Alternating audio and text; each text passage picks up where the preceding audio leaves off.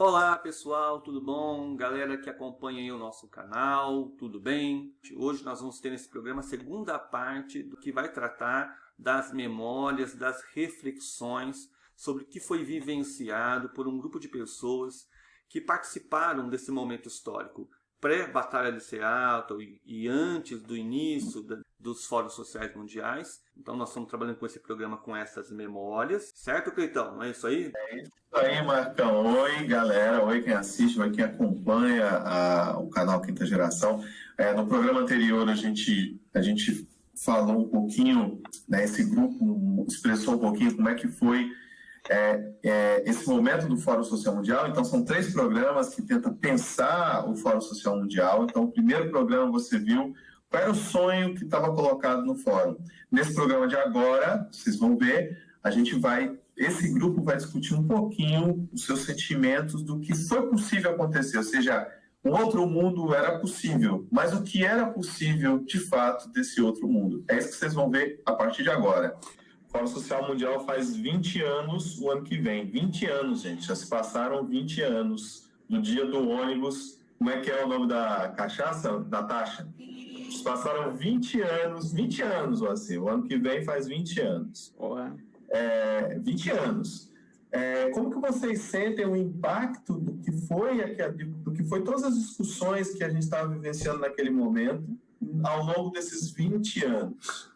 Esse outro mundo é possível? Onde que a gente conseguiu chegar nesse outro mundo é possível, né, ao longo desses 20 anos? Embora a gente tenha aí uma vitória da extrema-direita nesse momento, mas eu penso que a agenda colocada no Fórum Social Mundial, que não era a agenda do Fórum, mas era uma agenda que se encontrava no Fórum, mas já estava sendo formulada antes e formulada em outros espaços, é uma agenda que avançou muito, né? A questão identitária é uma questão que avançou muito, a questão da economia, debates em torno de uma economia que não fosse a economia neoliberal, não avançou tanto, mas avançou muita coisa. A questão da sustentabilidade, da questão ambiental, avançou muita coisa. Eu queria que vocês, voltando lá àquele momento do primeiro fórum, como é que vocês sentiram aquilo e como é que vocês veem esses 20 anos que passaram? O que me ocorreu agora foram duas memórias de entrevistas que eu fiz lá, né? Eu estava, um pouquinho antes de a gente começar a gravação, a gente estava comentando que eu fiz muita entrevista, né? Eu tinha credencial de imprensa, né? Uma entrevista, uma palestra, na verdade, que eu assisti, né? Acho que foi a palestra que mais me marcou no fórum. Eu não vou me lembrar os participantes, mas era um membro das Farc, da Colômbia, né? Que até estava tenso, porque, né, havia o boato que o cara podia ser preso, inclusive, ali em Porto Alegre, rolou uma tensão ali. E o outro debatedor era um monge brahmista, acho que é isso, né? Aparentemente duas coisas assim, né, extremas, né? E aí eles estabeleceram uma conversa lá, né? E uma das falas do monge brahmista, ele falou: eu entendo que em alguns momentos a violência ela é necessária. O monge brahmista, isso me marcou bastante, né?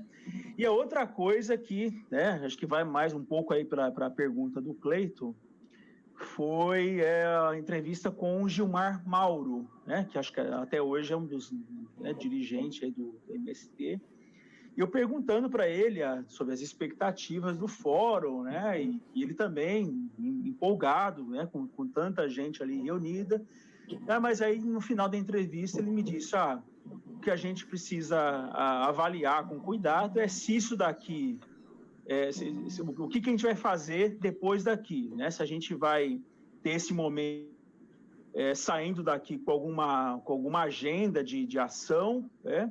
Ou se isso daqui vai ficar para a história como somente um grande encontro dos movimentos sociais, uma grande festa. Foi a provocação, né, que ele fez e que faz parte aí da tua pergunta, né, que eu acho que realmente, acho que, né, de lá para cá, acho que muita coisa, acho que importante, independentemente, né, dos governos petistas, né, que acho que foi uma guinada aí na política recente, né, da brasileira aí, independentemente, acho que uma coisa que acho que avança é a questão aí das políticas sociais como uma política de Estado. Acho que um dos ganhos do Fórum Social Mundial foi isso, né? de trazer aí, depois que na verdade tem, né? Acho que foi mencionado a questão da Universidade Solidária, né? Eu acho que foi um embrião importante aí de algumas políticas sociais, mas realmente de lá para cá, apesar de indas e vindas, acho que há um amadurecimento aí, né, de alguma forma, por vários setores, não só da esquerda, de que políticas sociais, elas devem ser pensadas aí como não só como uma política de governo, mas como uma política de Estado. Isso, de alguma forma, com indas e vindas, acho que amadureceu, né? Enfim, acho que a conversa, né, de como estamos hoje, né, nessa lama toda, isso a gente deixa para depois. Eu queria fazer também um balanço. Acho que essa pergunta que o Cleiton coloca é muito importante, porque e acho que o Assi responde bem, mas eu queria complementar o que o Assi fala. A gente teve um avanço grande de políticas sociais e isso se deve a toda a discussão daquele momento e tal. Mas houve uma perda, assim, que eu acho lastimável.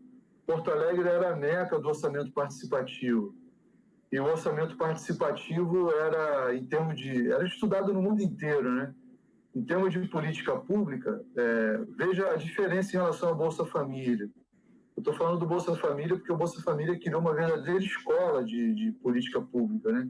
Hoje em dia, pensar, discutir renda básica e renda mínima não é mais uma coisa de esquerda. Você vê prefeituras, governos de estado e tal, do campo conservador discutindo isso. Então, isso foi incorporado à política pública brasileira e, sim, tem a ver com que foram os anos 90 e tal. Mas uma outra coisa que eu julgo ser mais importante, né, era a organização política dentro dos municípios, né, cara? É onde essas políticas sociais, as políticas públicas acontecem, é onde a sociedade está mais perto da esfera pública, dentro do município. E o PT simplesmente abandonou. Eu já tive conversas um pouco aleatórias aí com o Cleiton, tentando entender isso. O Cleiton me explicou, mas não satisfaz, cara.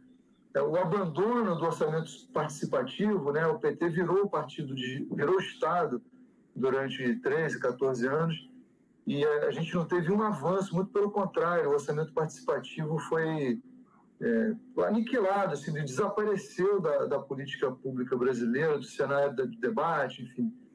E eu acho que essa foi uma perda que se espalha assim, para outras formas de organização da esquerda. Acho que a esquerda perdeu um pouco a mão de como é que faz a organização de base. É isso. Eu vou acrescentar um elemento que o Marconi acabou de colocar, porque eu concordo com ele em relação a essa questão do orçamento participativo. Eu sei que uma das críticas que se fazia ao orçamento participativo é que ele definia muito pouca coisa, porque a margem de decisão é muito pequena, né, que era o que se concedia para a participação popular, né? Mas se a gente for analisar o ganho político, né, o ganho de formação de lideranças, o ganho de formação cidadã mesmo. Eu fui a uma reunião de orçamento participativo lá em Campinas, quando a gente estava lá, ainda havia, né, a ideia do orçamento participativo. Ali em Barão Geraldo, uma escola, não lembro qual, uma quadra, não lembro muito bem agora, faz bastante tempo, né?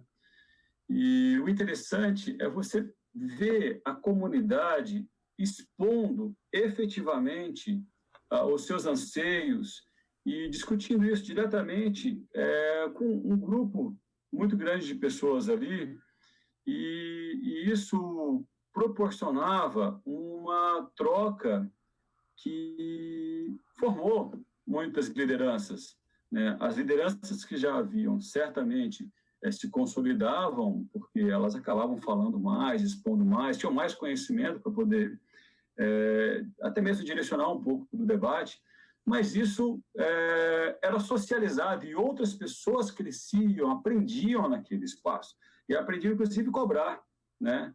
Cobrar que aquela decisão tivesse algum tipo de implementação, né? Então, ainda que o orçamento participativo não definia muita coisa, porque a margem de decisão que era possível à população era pequena, o orçamento era pequeno, o ganho que se tinha com aquelas discussões era muito grande.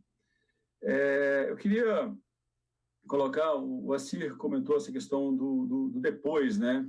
Do depois, e o Marcos falou da questão de não haver liderança, né? Sim, concordo, não havia liderança naquele movimento, mas havia uma ideia que guiava, né? A nossa grande liderança não estava numa pessoa, estava naquele ideal que a gente tinha, né? Naquele ideal de transformação, aquele ideal de poder construir um outro mundo, né?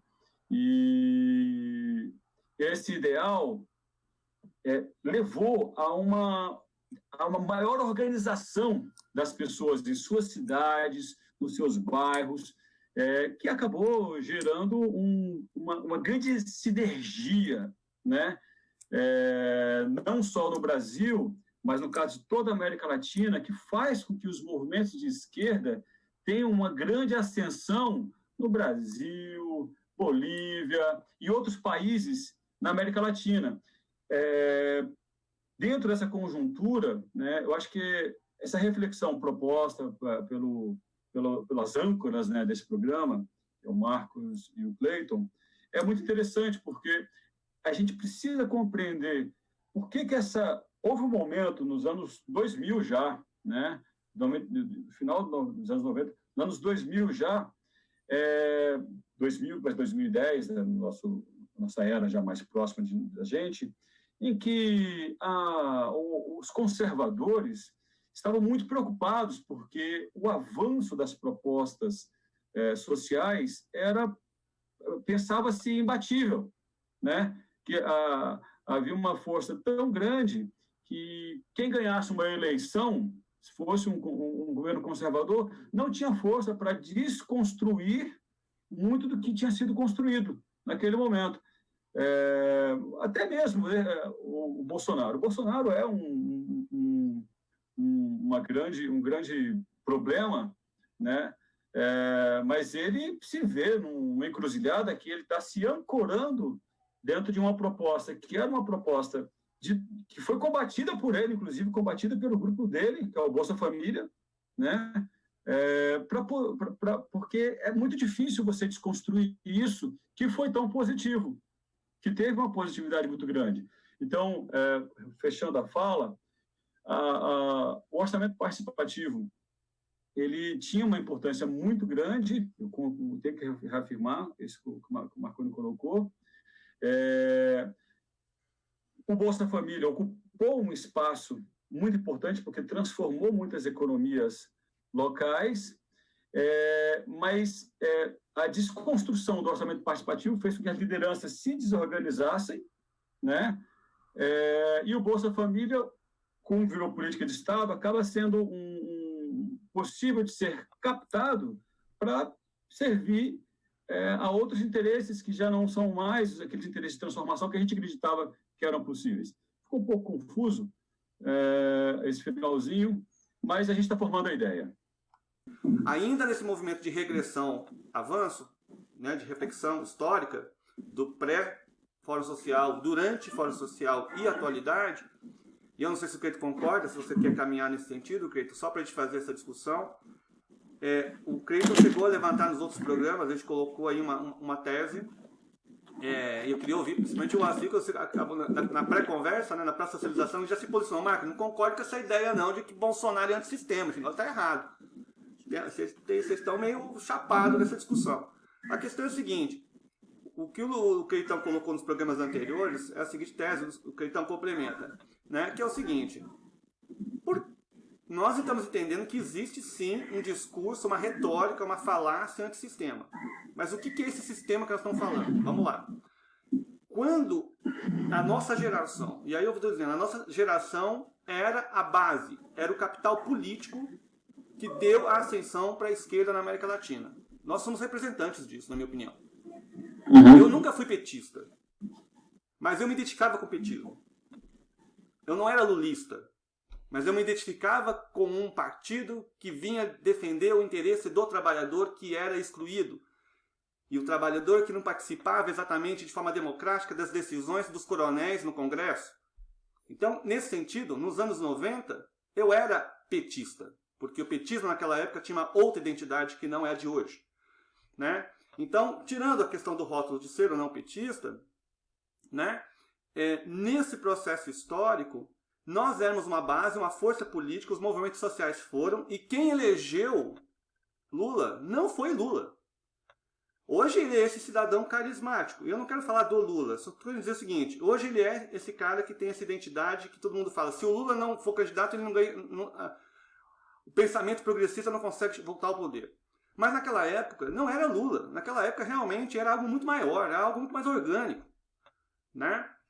Então a minha pergunta é o seguinte, quando a esquerda chega na América Latina, né, o Cleitão chegou a associar até os Estados Unidos, né, mas o fato é que nos anos 2000, do final dos anos 90, você tem a ascensão de grupos progressistas ganhando eleições no mundo inteiro, e na América Latina em particular, a esquerda mesmo, né, capitaneada, né, com essa base orgânica que deu essa sustentação, nós temos isso no meu entendimento é muito claro, né? E aí, de repente, essa esquerda começa a fazer o diálogo necessário, a negociação necessária para você não ter um conflito social que levaria, talvez, a alguma coisa caótica no país. Eu estou entendendo que o posicionamento do Lula, quando se elegeu, no seu primeiro mandato, e aquela transição do mensalão, foi esse movimento. Aí o governo de coalizão, aquelas coisas todas que nós conhecemos dos bastidores, mas o fato é, a esquerda vira sistema. Porque o sistema está colocado. A esquerda está administrando o Estado dentro de uma lógica do sistema. Em que momento que esses governos de esquerdas romperam com o sistema? E, de fato, implementaram políticas que romperam.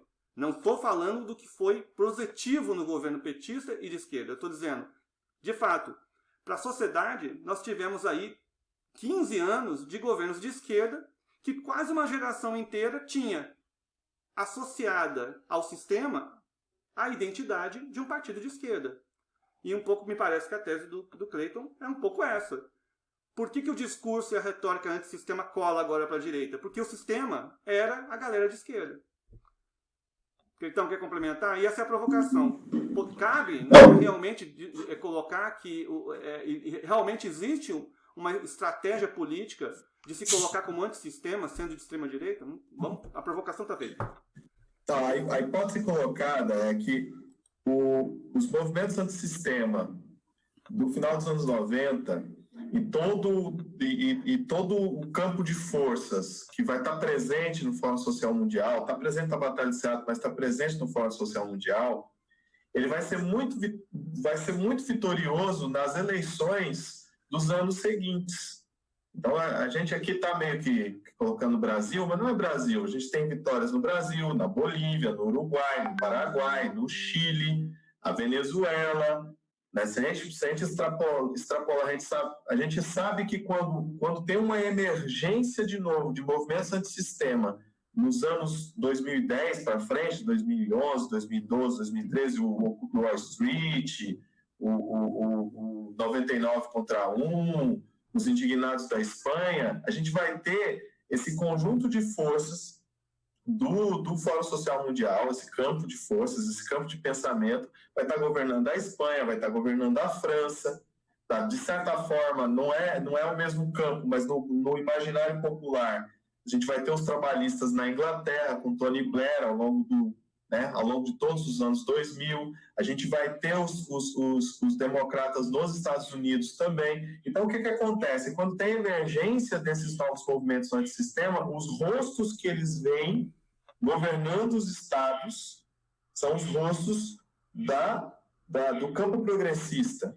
E no imaginário popular, o governo e o sistema, eles não conseguem entender que muitas vezes você ganha o governo, mas você não consegue mudar o sistema. Muitas vezes não, quase sempre. Então, quando você vê o rosto do governante, você já diz, não, esse é o rosto do sistema. E aí fica fácil para uma extrema-direita naquele momento, essa é a tese colocada para vocês pensarem, para vocês colocarem também. Os partidos tradicionais de direita, eles já estão marcados como sistema, esses não conseguem ocupar esse espaço. E os progressistas são o rosto do sistema naquele momento, então cria uma lacuna muito, muito grande para a entrada dos movimentos de extrema-direita se colocando como antissistema. Nós não somos aqueles lá, que é a direita tradicional, que já é marcada como sistema, e não somos esses daqui, que é quem está governando, né? Que é o rosto do sistema. Como que vocês veem essa hipótese?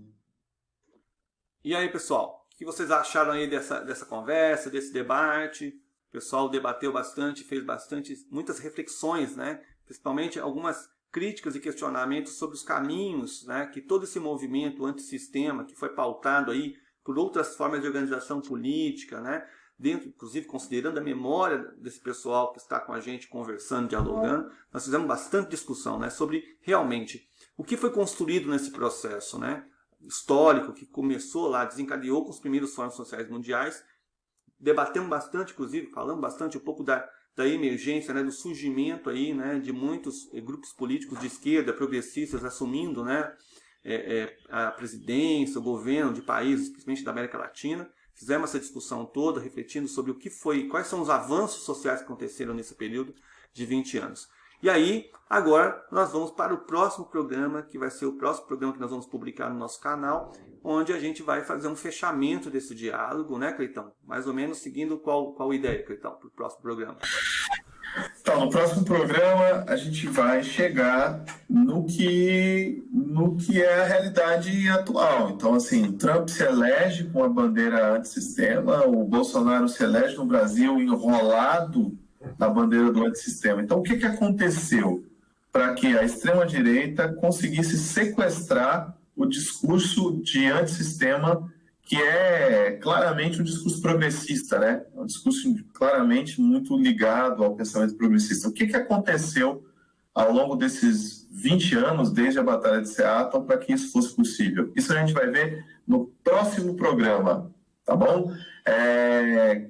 Quem gosta do nosso canal, quem curte o nosso canal, clica no sininho para saber dos novos programas, assine o canal se você está vendo no YouTube, se você está vendo no Facebook, dá um coraçãozinho para a gente, ou dá um joinha, tá bom? É isso aí, pessoal. Valeu e até o próximo programa.